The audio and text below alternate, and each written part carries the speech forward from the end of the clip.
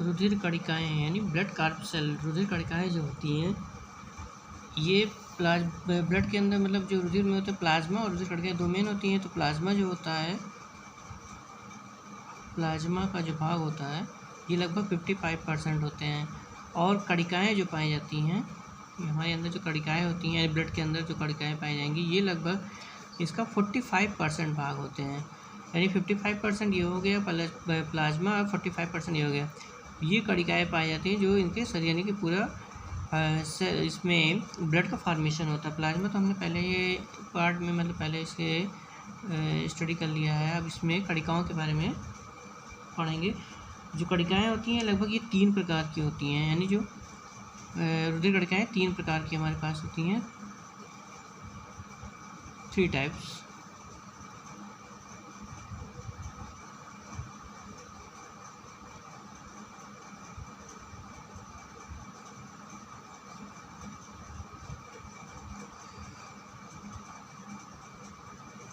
होती हैं 3 प्रकार की। इसमें मेन होती है लाल रुधिर कणिकाएँ,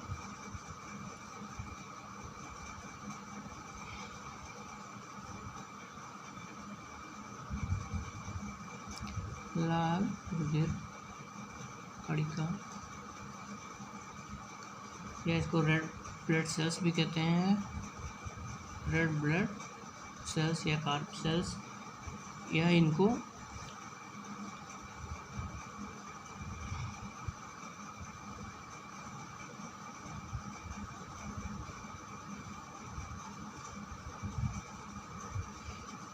इरिथ्रोसाइट्स यानी रेड ब्लड कार्प सेल या इरिथ्रोसाइट्स भी बोलते हैं। रेड ब्लड सेल जो होती हैं लगभग ब्लड जो कणिकाएँ होती हैं उनका 99% ये लाल रुधिर कणिकाएँ ही पाई जाती हैं हमारे शरीर में। लाल रुधिर कणिकाएँ यानी 99%, बाकी जो होती हैं लगभग 1% में वो आपके श्वेत रुधिर कणिकाएँ और प्लेटलेट्स जो होती हैं इनको मिला के होती हैं। तो 99% लाल रुधिर कणिकाएँ ही होती हैं। ये जो होती हैं कशेरुकीय जंतु यानी वर्टिब्रेट जो होते हैं उन्हीं के अंदर ये मिलती हैं। कशेरुकीय जंतु यानी कि जिसमें वर्टिब्रेट यानी बैकबोन जिसमें होगा उन्हीं के अंदर ये पाए जाएंगे, बाकी में लाल रंग के नहीं होते, मतलब इसमें दूसरे कलर के वाइट कलर में होते हैं।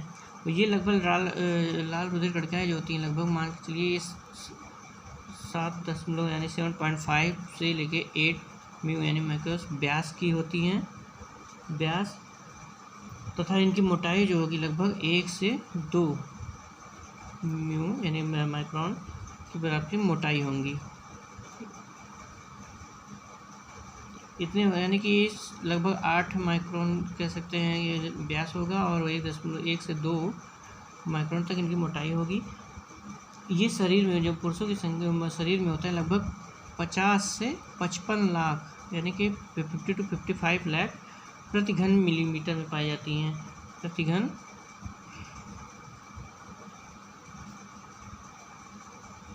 मिलीमीटर यानी प्रति घन मिलीमीटर में 50 से 55% पाई जाती हैं पुरुषों में यानी मेल,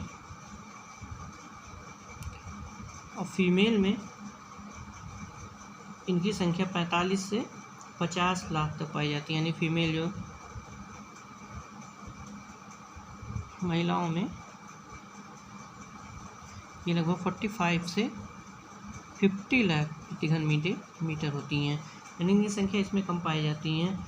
ये लगभग गोलाकार यानी कह सकते हैं गोलाकार या उभयावतल टाइप में होती हैं। इस तरह से गोलाकार उभयावतल टाइप यानी कॉनकेव टाइप में, बाइकॉनकेव में होती हैं। निर्माण के समय जब इनकी कोशिकाओं यानी लाल रुधिर कणिकाओं के निर्माण होता है यानी बोन मैरो के अंदर जो शरीर में इनके बोन मैरो के अंदर जो फॉर्मेशन यानी कि निर्माण होता है, तो स्टार्टिंग में जो इनमें केंद्रक यानी इसमें केंद्रक भी पाया जाता है और कोशिकाएं यानी सेल के जितने ऑर्गेनेल्स होते हैं ये सारे उसमें उपस्थित होते हैं, जैसे माइटोकॉन्ड्रिया हो गया, गोल्गी हो गया, एंडोप्लाज्मिक रेटिकुलम हो गया, ये सारी चीज़ें भी इसमें पाई जाती हैं। लेकिन जब कुछ समय बाद इसमें जो निर्माण हो चुकी होती हैं, कुछ थोड़ी देर बाद इसमें यानी कुछ समय बाद इसमें कहते हैं कि ये सारी चीज़ें ने कोशिकांग केंद्रक, माइटोकॉन्ड्रिया, गोल्गी सेंट्रियोल, ये सारी और अन्य रचनाएँ जो होती हैं इसमें से लुप्त यानी गायब हो जाती हैं यानी ख़त्म हो जाती हैं।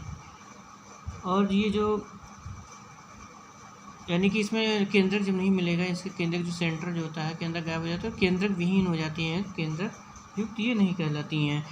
लेकिन उसमें लामा या ऊँट जो जंतु ये दोनों पाए जाते हैं, इनमें केंद्रक यानी इसमें कणिकाएँ होती हैं, केंद्रक इसमें पाया जाता है। तो ये लाल रुधिर कणिकाएँ होती हैं। इसमें जो प्रोटीन होती है, ग्लोबिन नामक प्रोटीन पाई जाती है। ग्लोबिन नामक प्रोटीन होती है। जो ये प्रोटीन होती है ये ऑक्सीजन यानी कि ऑक्सीजन संवहन में, ऑक्सीजन यानी हमारे शरीर के अंदर जो ऑक्सीजन होता है इसको ट्रांसपोर्टिंग सिस्टम में मदद करती हैं। यानी ऑक्सीजन जो होता है इनसे अटैच होके ऑक्सीग्लोबिन यानी ऑक्सी हीमोग्लोबिन बना लेती हैं। ऑक्सी हीमोग्लोबिन प्रोटीन जो होती है ऑक्सी हीमोग्लोबिन बना लेती है, जो पूरे शरीर में जाती है। वो सेल के में पहुँचने के बाद वहाँ कोशिकाओं से ऑक्सीजन अलग हो जाती है, ग्लोबिन प्रोटीन जो होती है अलग हो जाती है, फिर वहाँ से कार्बन डाइऑक्साइड लेती है। तो ये जो होती है मेन हमारे पर्पज़ होता है, ये श्वसन वर्णक जो होती है हमारे श्वसन में पूरे शरीर में फैलाने का काम करती हैं। तो इसमें हीमोग्लोबिन जो होता है वाहक के रूप में यानी कि ऑक्सीजन कैरियर के रूप में माना जाता है। दूसरी कोशिका जो होती है हमारी, पहली तो लाल रुधिर कणिका हो गई, दूसरी जो होती है हमारी श्वेत रुधिर कणिका होती है। सेकंड नंबर पे जो आती है श्वेत रुधिर कणिका।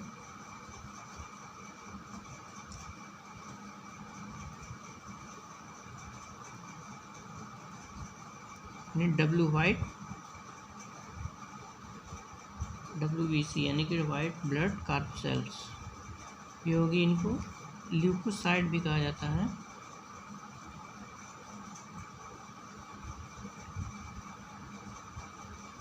ल्यूकोसाइट्स, ये श्वेत रुधिर कणिकाएँ जो होती हैं ल्यूकोसाइट। और ये जो लाल रुधिर कणिकाएँ होती हैं, इसमें लाल रुधिर कणिकाएँ जैसे इसमें केंद्र के युक्त होता है लामा ऊँट में, उनका स्ट्रक्चर इस तरह से उभयताल टाइप का, इस तरह से केंद्र के जिसमें पाए जाते हैं, इस तरह से पाए जाते हैं, यानी इस तरह से इसमें बना होता है।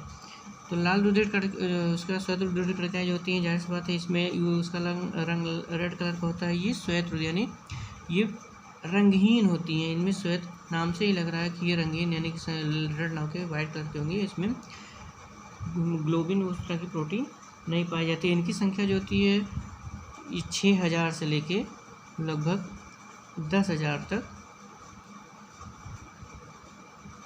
10,000 प्रति घन मिलीमीटर तक होती है इनकी संख्या।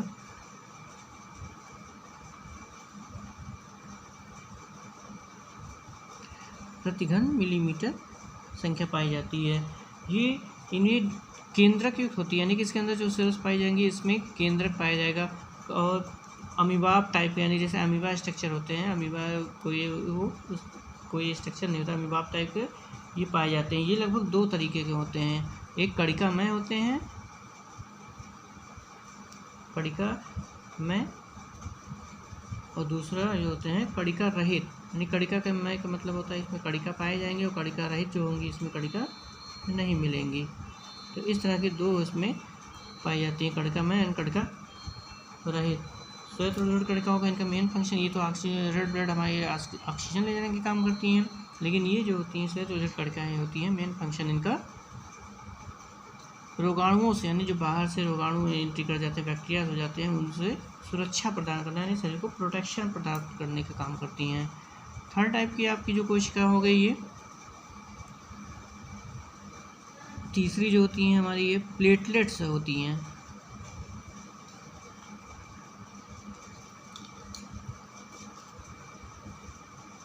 प्लेटलेट्स थर्ड टाइप की आपकी कणिकाएं में प्लेटलेट्स पाई जाती हैं।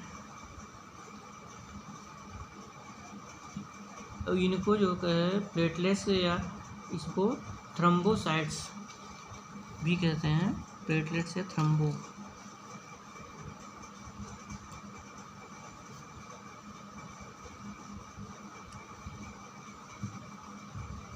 थ्रोम्बोसाइट, प्लेटलेट्स या थ्रोम्बोसाइट्स होती हैं। ये जो कणिकाएँ पाई जाती हैं लगभग इनकी संख्या 2 से 5 लाख यानी कि 2 लाख से 5 लाख तक इनकी संख्या यानी प्रति घन मिलीमीटर में इनकी संख्या होती है। 2 लाख से 5 लाख घन मिलीमीटर संख्या इनकी पाई जाती है। और ये जो होती हैं ये भी उभयतल और तस्त्री रूमन टाइप के स्ट्रक्चर में होते हैं, यानी बाइकॉनकेव होंगी ये।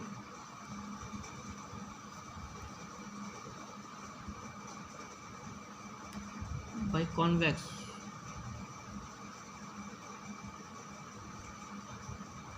कॉन्वेक्स होंगी।